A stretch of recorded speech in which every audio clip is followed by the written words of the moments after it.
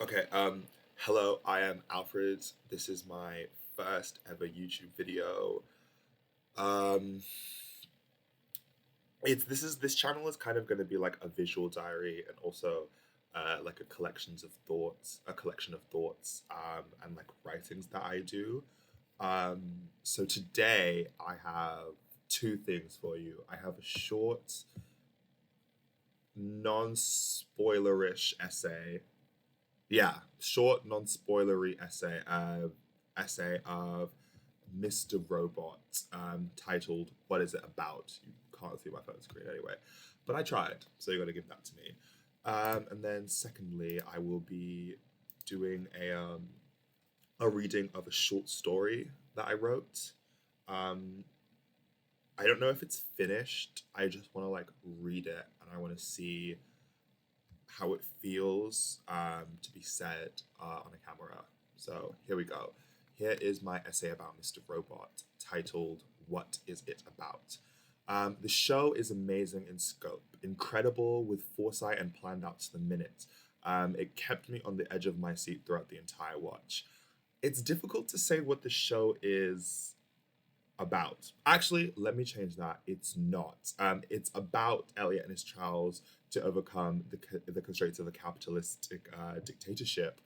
Um, but that's what it's about. But that's just a vehicle that the show uses to communicate much grander ideas. Um, one of those ideas being I think personally, what I got from the show, I don't think this is maybe it wasn't intended, but this is what something that I read through the show. Um, what's at stake when you've seemingly got nothing to lose, and how much you have to gain when you seemingly have everything. And this, I think, is explained through many layers of the show. I think almost every character. I can't. Let me not say that actually, because I haven't think about it. Oh, by the way, if you want like a longer essay about this, let me know because I am. This is like a topic I want to explore more, so I might just do it anyway. But let me know. What was I saying? I got off track. Oh yes. How these this idea is basically portrayed through these two characters. So Elliot's character is best understood through a lens. This lens manifests in the show as White Rose, which is they're the two main characters. To call her the primary antagonist would be way too reductive to her character. She is his foil, not his opposite, but his contradiction. I think they're kind of like the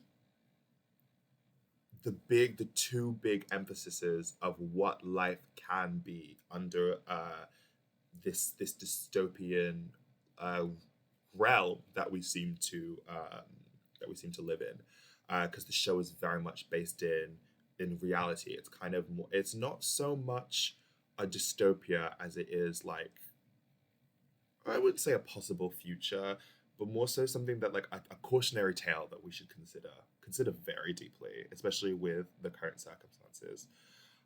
White Rose is framed almost angelically throughout the show, not through her actions. That diva is crazy, but more so through how she is portrayed in the show. She's um, almost always wearing white, and she's almost always framed with like a light like above her. But it's not like a soft angelic light. It's like harsh. It's like it's steel. It's medical almost in its precision. It promises retribution and death essentially. She is omnipresent throughout the entirety of the narrative, genuinely from like the beginning to end. She's literally as essential to the story as Elliot is, pretty much. Um, she's like I don't know. It's kind of difficult to say. She's almost like a main character of a separate TV show. Like it's almost as if they were filming both of the shows at the same time. And one of the cameras was on Elliot, and one of the cameras was on White Rose. And we only got Elliot's version of the show. It would be really cool if on like a separate dimension we got to see like White Rose's story. I would actually really, really enjoy that because I know she's got tea. I know she's been through it. Um, White Rose is like one of her big, I would say, and I know that I'm talking about a lot about White Rose when like Mr. Robot and like Elliot are supposed. Well, Elliot is like the main character. Like he's the main guy, but it's like hard to understand Elliot without understanding White Rose. He's like this very stereotypical computer science shut in. He's very much for he wants what's best for himself, yes, but ultimately for the people around him. White Rose, she's almost single-minded in her pursuit, and I wouldn't go so far as to say that she doesn't care about other people, but it's I think it's more so the way that she thinks that she cares about the people. I think she believes sincerely that what she wants is best for everybody else, which is a way to care, certainly. I'm not saying that Elliot does like incredibly better than her. Like she's not as he's not as like but he's still there. Yeah, this is the end of my short essay. It wasn't so much as an essay as it was a collection of thoughts, but I really wanted to call it an essay, so I did because reality is mine. And then I'm gonna do a reading of my short story. Let me get it up quickly. I would say I would edit this out, but I literally don't know how to edit, so I probably won't. This probably will be like raw, like dumped, unedited footage if it even gets on YouTube in the first place. Maybe I'll take like this part out, but like honestly, who knows? Maybe it will just be like. And honestly, I want to say it would be like the really cool, really deep, very what's the word? It kind of means like to be like pompous side of me would just be like, oh, yeah, like I'm not editing it to be like more real and like more like I can't even talk. See, you're getting the real side of me. I would. You know what? Maybe I will edit this. Maybe I don't need to be relatable.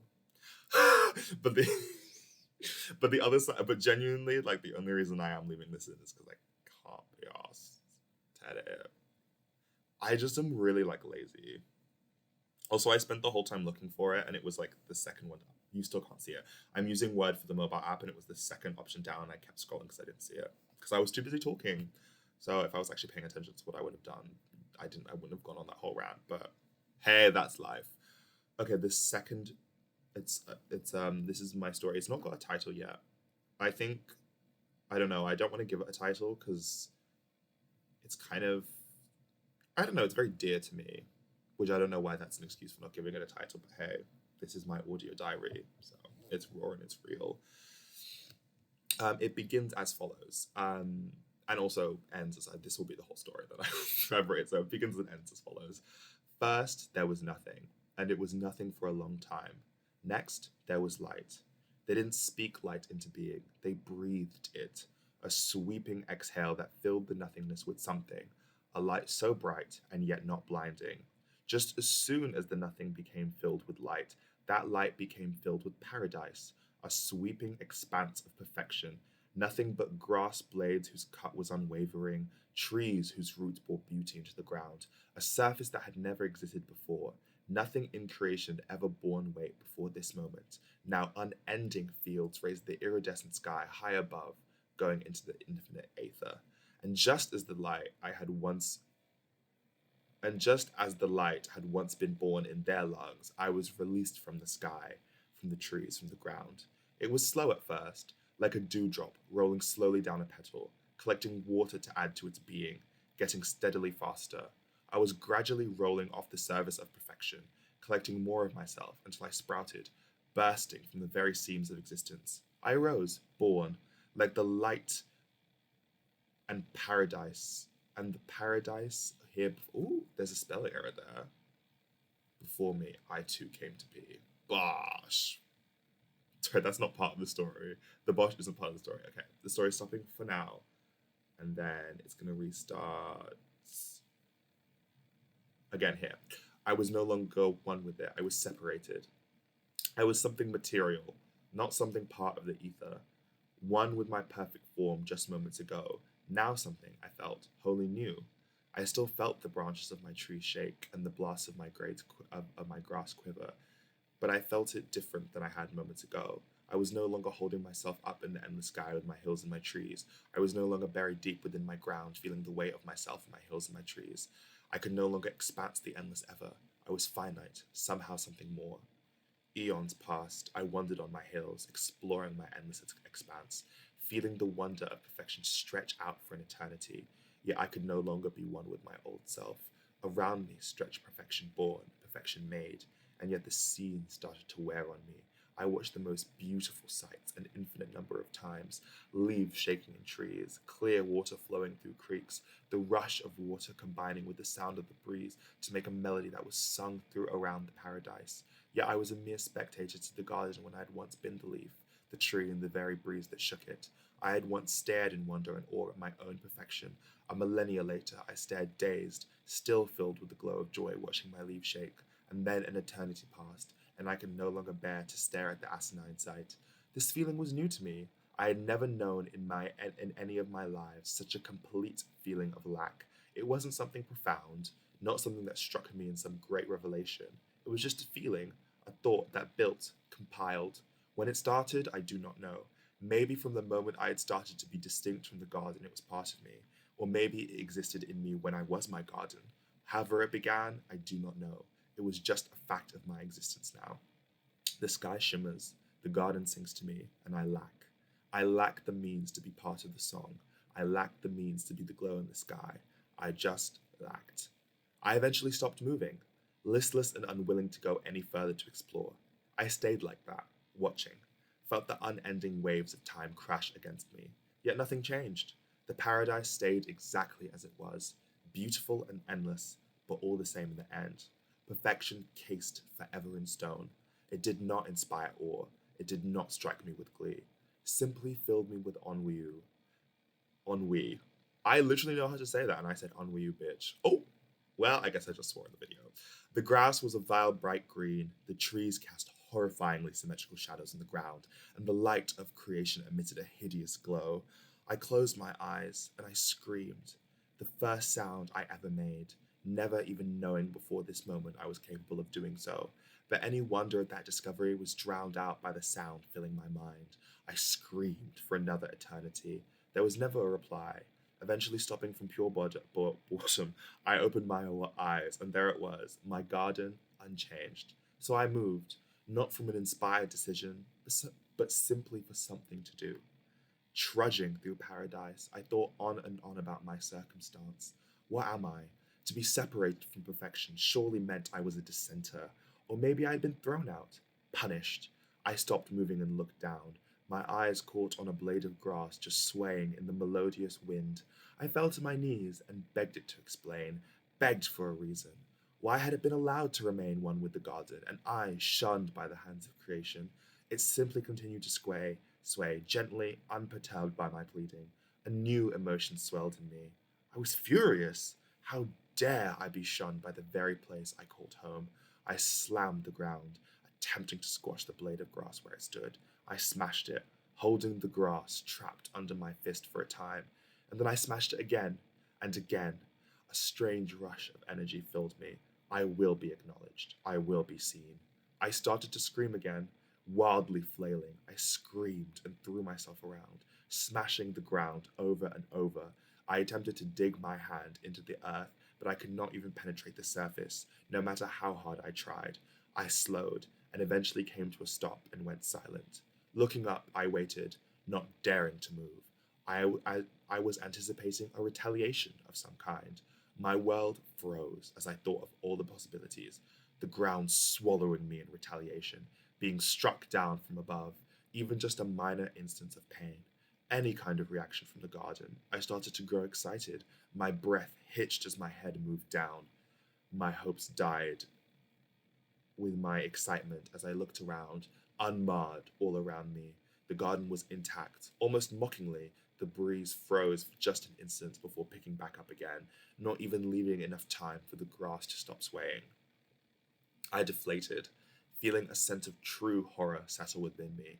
I was trapped, trapped in a space I could not alter, with not even the comfort of darkness to hide my pain. I wallowed, simply disgusted with myself. How could the dark garden be the horror if I could not measure up to it? Here I was, an entity that had detached myself from the garden, yet still subsisting on it. Truly, I was the parasite. I was the horror. To be a decrier of perfection surely meant to be horribly deformed. Who was I to lay such judgment on this space? I was nothing, less than nothing, as the world around me pointedly refused to acknowledge my mere existence, much less any attempts at destruction made. I curled up, closing my eyes, finally being swallowed by a beautiful darkness, praying that I would be taken, engulfed back into the garden. Yet there I lay, for another eternity, separate from the garden, unmoving, unwilling to open my eyes and face the reality of my individuality. I cast my mind back to my journey, to my experience. That's the end of the video. Um, if this ever gets uploaded online, hey, let's give a round of applause, mamas. Okay, back to you at the studio, Rob.